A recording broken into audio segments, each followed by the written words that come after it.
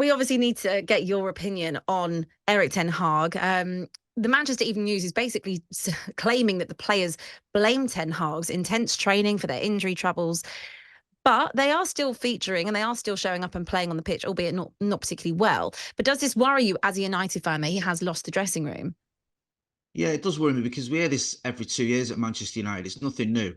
We've heard it, I mean, it wasn't 2 years under David Moyes, but it was a few months, I think, before we were hearing reports he'd lost the dressing room. Then we heard the same under Louis van Gaal, the same under Jose, Ole, Ralph Ragnick. We heard he'd lost the dressing room within about 3 weeks, I think, of being at the club. And now we're in a similar position with Erik ten Hag, and it is frustrating because we can't keep changing managers and keep losing the dressing room and sort of keep blaming the manager. The players have got to take responsibility as well. We've had a lack of success at Manchester United for far too long. So whilst I think the manager does deserve criticism, I think the results haven't been good enough. I think the players have to take some responsibility as well, and just simply turning on the manager isn't the answer. We've got however many games left of the season, 2 or 3 months left of the season, and they should be focusing on that and giving their all for Manchester United, not moaning to the press about the manager. Yeah, I mean, I totally agree. And it was only a couple of weeks ago that United were still potentially in the running for top four. They were still there or thereabouts if some results went their way and they kept on winning themselves. Then, of course, they go and lose to Fulham. But Marcus Rashford, for me, he is supposedly, Manchester United's talisman. He's on £350,000 a week. He's doing interviews, I guess, with the Players Tribune again about what he is unhappy with or, looking for a little bit of sympathy. He did score in that derby. But do you need to see more from Marcus Rashford, or do you feel like you've lost your patience with him? Listen, I'm a big Marcus Rashford fan, and I think that goal that I saw in the Manchester derby was one of the best goals I've ever seen in a derby. It was absolutely fantastic. I don't think he had a particularly good game other than that. Now, there were reports that he was carrying a hip injury from the Forest game, so if that is the case, then I do feel some sympathy towards him if he's not 100% fit and he's still playing and he's still obviously scoring goals. You can't be too hard on him, but he's not having a great season. Anyone who follows Manchester United can see that. And I think if he's being honest with himself, he'll know that himself. And I saw that interview with the Players Tribune. I've not got a problem with a player sticking up for himself, but I think everyone has said the same thing about Marcus. Yeah, you get it. You can defend yourself to the press. You can talk to the media. You can say, look, people shouldn't question your commitment. You're committed to the club. You've been here since you was a kid. But you need to see that on the football pitch. And I thought that Sunday was a little bit disappointing because we saw that fantastic goal and then the performance wasn't there. And I get it. He's not fit, and he's also playing out of position. He's not a number 9. He's a left sort of inverted winger, if you will, better off on the left hand side. But Marcus has got to start performing more consistently. He really has, because this season, when we've looked to our senior players, and he's one of them, they've just not stepped up, and it's just not been good enough. I always think when Rashford individually gets criticism, I always find it a little bit harsh, because I watch Manchester United and it's clear that nobody there is playing well. I think if you were to have to vote for a player of the season now, it would probably be Scott McTominay, based on a couple of moments where he's come on and scored goals. But I just wanted to ask you about the manager, because I said earlier there was credit in the bank after the first season, because it was a positive season for Manchester United where it felt like they had a little bit of momentum. But I've seen absolutely nothing this season from Ten Hag's Manchester United that tells me that he's the man for the job long term. Do you agree with that? It's difficult because first season I thought he did really well. To finish third, to obviously do really well in the cups, win a trophy, and to turn Old Trafford into a bit of a fortress where after that initial bad start we beat the likes of City, Arsenal, Liverpool, Barcelona. I mean, it was just great going to those games as a Manchester United fan and getting so many wins. But this season has been really frustrating. The football's been poor. The results have been bad. And to be 11 points off top 4, whatever it is, at the beginning of March just isn't acceptable. The only sort of defence I'd have with Erik ten Hag, would have 2 points I'd want to make, is one, we know that the structure hasn't been right at Manchester United. We know it's been awful. There's been this haphazard approach to transfers, and whether that's giving a manager too much leeway in the transfer market or not enough. And also injuries have ravaged this squad. It's not necessarily just the amount of injuries we've had. I think we've had more players injured than any other club in the Premier League.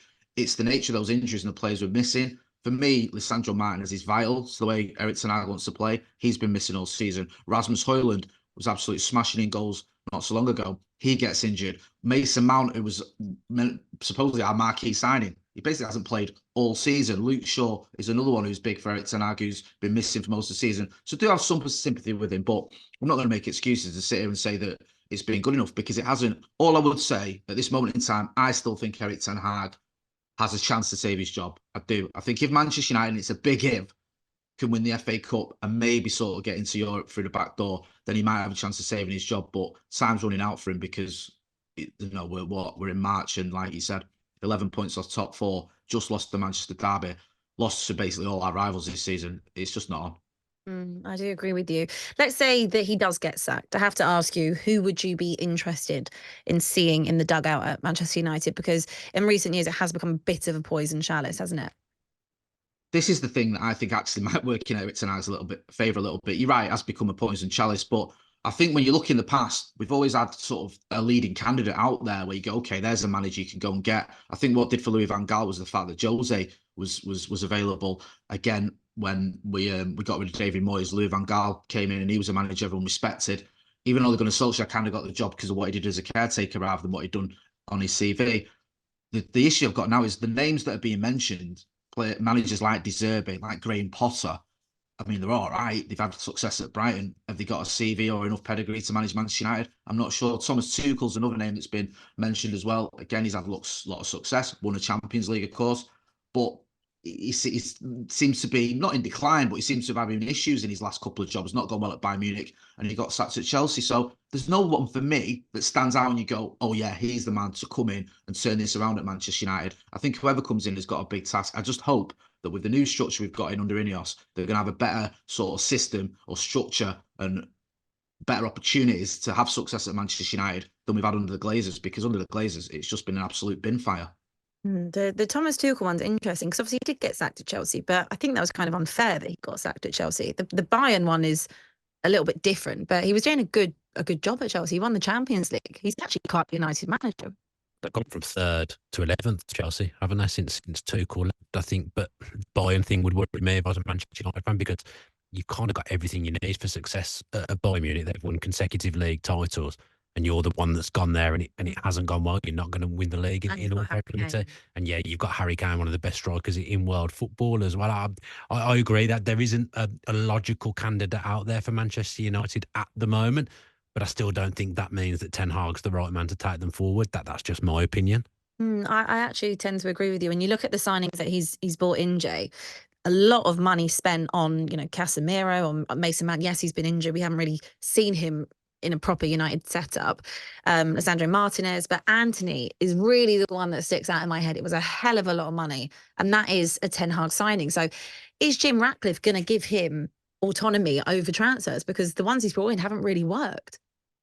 No, I don't think you're right. There's a lot of transfers that the Martinez one I'd defend, and I'd say I know he got injured, but I think he's been a very good player for Manchester United. We obviously overpaid for Casemiro, especially at his age. And Anthony, I'm not going to defend him. I think he's been a bit of a disaster.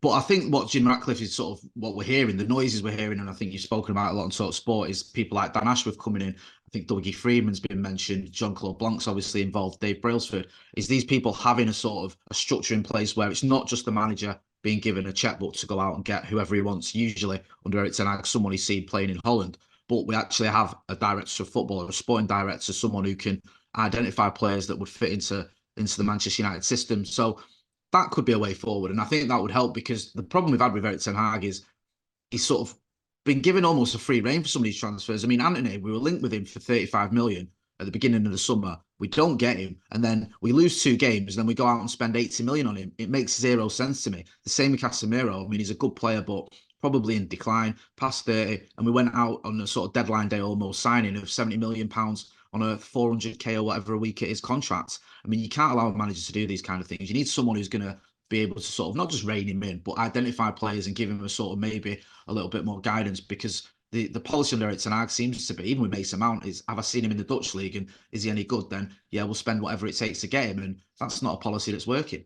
No, definitely not a policy that's working. You can't just go off with the Dutch league. Jay Motty from the Stretford Paddock, thank you so much for joining us. On AM, on DAB, via the talkSPORT app and on your smart speaker. talkSPORT.